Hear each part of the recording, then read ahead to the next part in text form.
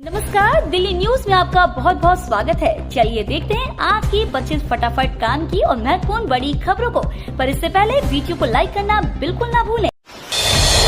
One nation one election पर मोदी सरकार संसद में लाएगी बिल। एक देश एक चुनाव को लेकर सरकार संसद बिल लाने की तैयारी में है। सरकार के सूत्रों के मुताबिक सरकार 3 बिल लाएगी, जिसमें 2 संविधान संशोधन बिल होंगे। हालांकि ये अभी तक तय नहीं है कि बिल सरकार संसद के आगामी शीतकालीन सत्र में लाएगी या बजट में। इसको लेकर जल्द ही सरकार के स्तर पर फैसला लिया जाएगा। भाजपा ने बागियों पर की कार्रवाई, 8 को 6 साल के लिए किया निष्कासित। कांग्रेस के बागियों पर कार्रवाई करने के बाद अब भाजपा भी एक्शन मोड में आ गई है। भाजपा ने रविवार को 8 उन बागी नेताओं को पार्टी से निकाल दिया है जो निर्दलीय चुनाव लड़ रहे हैं। पार्टी प्रदेश अध्यक्ष मोहन लाल बड़ौली ने जिन 8 नेताओं को 6 साल के लिए पार्टी से निकाला है, इनमें पूर्व मंत्री रणजीत चौटाला भी शामिल है। दिल्ली में निवेशकों के लिए होगी सिंगल विंडो की सुविधा, कारोबार करना होगा आसान। दिल्ली में व्यावसायिक गतिविधियां बढ़ाने और निवेशकों को बेहतर सुविधाएं उपलब्ध कराने के लिए सरकार सिंगल विंडो पोर्टल लॉन्च करने जा रही है। इससे निवेशकों को विभिन्न विभागों की मंजूरी के लिए चक्कर नहीं लगाने होंगे। निवेशकों की मंजूरी प्रक्रिया आसान होगी और व्यवसाय के लिए अनुकूल वातावरण बनेगा। गाजियाबाद में धर्मांतरण का एक सप्ताह में तीसरा मामला आया सामने।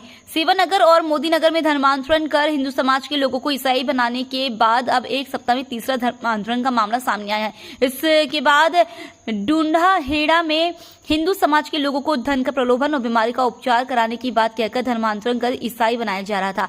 सूचना पर पुलिस ने मौके पर पहुंचकर पादरी राजू और उसके सहयोगी शांतिनगर के पंकज को गिरफ्तार किया है। सदर बाजार में दुकानदारों से हफ्ता वसूलने वाले 2 बदमाश गिरफ्तार।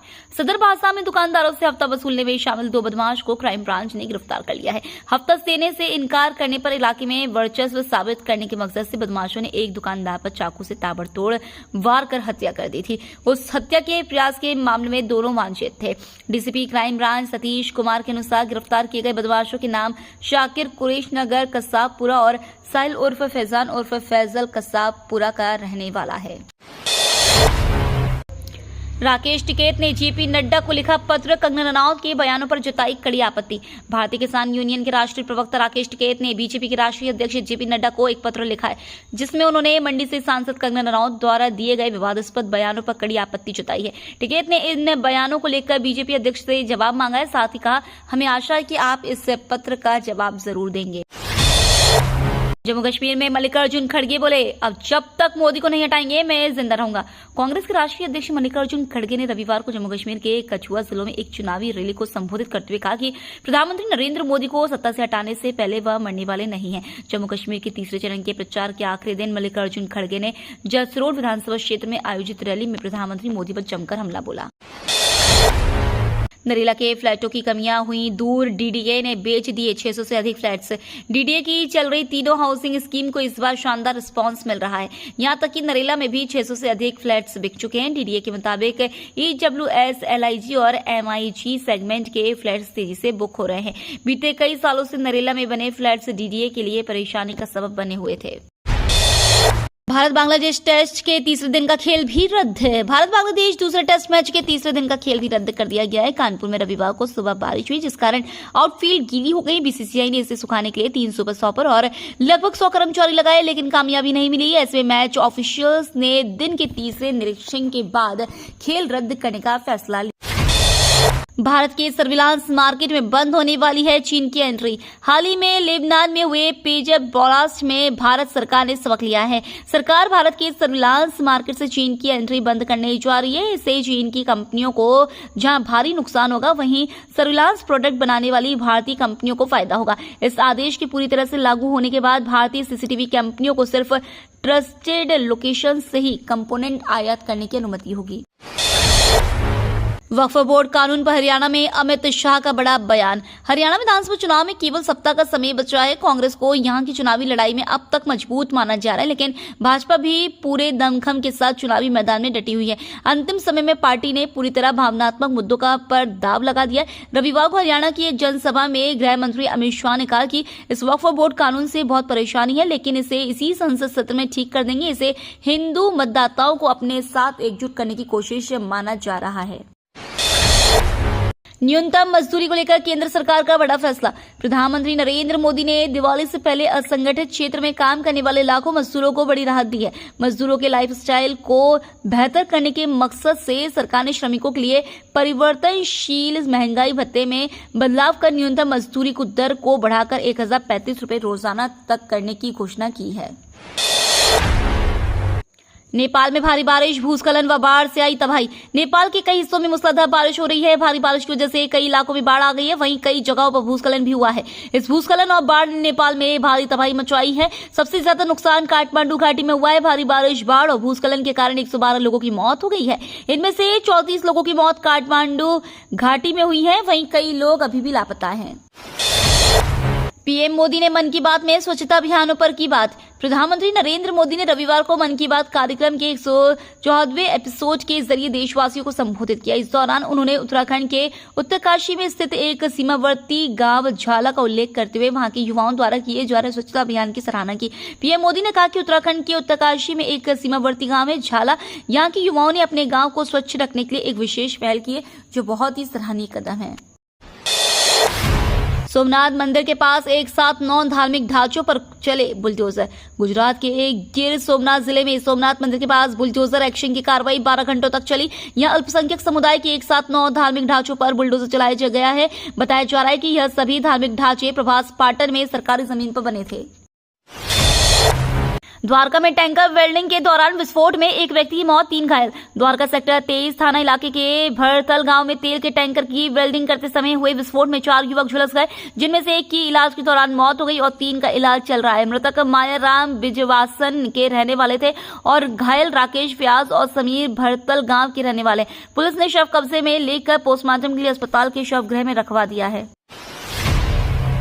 बीसीसीआई ने बदला राष्ट्रीय क्रिकेट अकादमी का नाम। भारत क्रिकेट कंट्रोल बोर्ड ने रविवार को बेंगलुरु में नई राष्ट्रीय क्रिकेट अकादमी का उद्घाटन किया। इसी के साथ बोर्ड ने एनसीए का नाम बदलने की भी घोषणा की। अब इसे बीसीसीआई सेंटर ऑफ एक्सीलेंस के नाम से जाना जाएगा।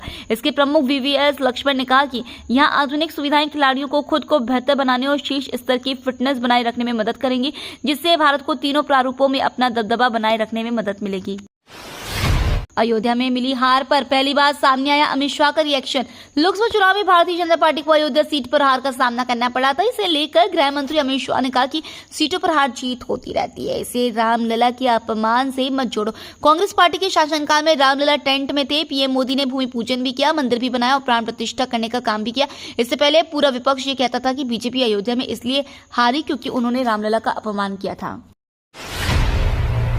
यूएनएससी में भारत के लिए रूस ने उठा दिया ऐसा कदम, पाकिस्तान चीन आया टेंशन में।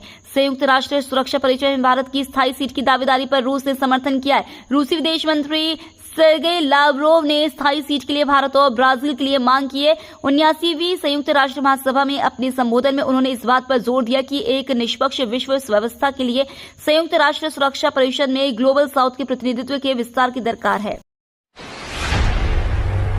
न्यायमूर्ति मनमोहन बने दिल्ली हाईकोर्ट के मुख्य न्यायाधीश, एलजी ने दिलाई शपथ। न्यायमूर्ति मनमोहन ने रविवार को दिल्ली हाईकोर्ट के मुख्य न्यायाधीश के रूप में शपथ ली। उपराज्यपाल विनय कुमार सक्सेना ने एलजी के सचिवालय राजनिवास में एक समारोह में न्यायाधीश को शपथ दिलाई। वह 61 वर्ष के हैं। इस समारोह में दिल्ली की मुख्यमंत्री आतिशी सहित कई गणमान्य व्यक्ति शामिल हुए। टैक्स के नियम बनेंगे और आसान, सरकार ने कसली कमर। प्रत्यक्ष कर कानून को सरल बनाने की कवायद के तहत सरकार ने अक्टूबर से आयकर अधिनियम 1961 पर निजी क्षेत्र और कर विशेषज्ञों से सुझाव आमंत्रित करने का प्रस्ताव किया। सूत्रों ने यह जानकारी दी। इस महीने की शुरुआत में उद्योग मंडलों के साथ बैठक में सरकार ने कहा था कि आयकर पोर्टल में एक ऐसी सुविधा बनाई जाएगी जिसमें आयकर कानून की विभिन्न धाराओं के बारे में सुझाव दिए जा सकेंगे। भारत की जीत पर पाक खिलाड़ियों ने लहराया तिरंगा। हंगरी के बुडापेस्ट में चेस ओलंपियाड में भारत ने मेल और फीमेल दोनों ही कैटेगरी में स्वर्ण पदक जीते। भारत की इस जीत पर वहां मौजूद पाकिस्तानी खिलाड़ियों ने भारतीय तिरंगा लहराया। चेस बेस इंडिया ने सोशल मीडिया प्लेटफॉर्म एक्स पर इसका वीडियो भी शेयर किया है। उत्तर भारत के राज्यों में भारी वर्षा से बुरा हाल, यूपी बिहार के कई जिलों में अलर्ट। उत्तर भारत के कई राज्यों में भारी वर्षा से बुरा हाल है। इनमें सबसे अधिक प्रभावित उत्तर प्रदेश और बिहार है। नेपाल में हो रही भारी वर्षा के कारण बिहार में नदियों के जलस्तर में अप्रत्याशित वृद्धि हुई है। स्थिति को देखते हुए राज्य के 20 जिले में अलर्ट जारी किया गया। 24 घंटे और 3 पाली में अगले 72 घंटों के लिए पटना स्थित मुख्यालय में वार रूम सक्रिय किया गया है। बशीर अहमद की वीरता को सलाम, शहीद होने से पहले खूंखार आतंकी को किया ढेर। जम्मू कश्मीर के कठुआ जिले में आतंकवादियों और सुरक्षा अभियान के बीच मुठभेड़ के दौरान घायल हेड कांस्टेबल बशीर अहमद ने शहीद होने से पहले कट्टर पाकिस्तानी आतंकवादी को ढेर कर दिया। एनकाउंटर में 2 पुलिस अधिकारी भी घायल हुए हैं। जम्मू जोन के additional director general of police Anand Jain ने एक्स पर लिखा, कोक गांव में चल रहे ऑपरेशन में कठुआ पुलिस HC बशीर अहमद ने सर्वोच्च बलिदान दिया है। दिल्ली की सत्ताधारी आप को जोर का झटका, कई नेता कार्यकर्ता कांग्रेस में शामिल। दिल्ली की सत्ताधारी आम आदमी पार्टी के कई नेता और कार्यकर्ता कांग्रेस में शामिल हो गए हैं। रविवार को कांग्रेस की दिल्ली इकाई के अध्यक्ष देवेंद्र यादव की मौजूदगी में आप नेता उनकी पार्टी में शामिल हो गए। देवेंद्र यादव ने प्रदेश कांग्रेस कार्यालय में आप नेताओं का स्वागत करते हुए उन्हें कांग्रेस का पटका भेंट किया। बयान के अनुसार देवेंद्र यादव ने आरोप लगाया कि अगर राष्ट्रीय राजधानी में कानून व्यवस्था की स्थिति चरमरा गई है तो इसके लिए भाजपा और आप दोनों सरकारें समान रूप से जिम्मेदार हैं। ये तो थी आज की बड़ी खबरें। रोजाना ऐसी ही सबसे पहले अपडेट पाने के लिए चैनल को सब्सक्राइब करना बिल्कुल ना भूलें। धन्यवाद।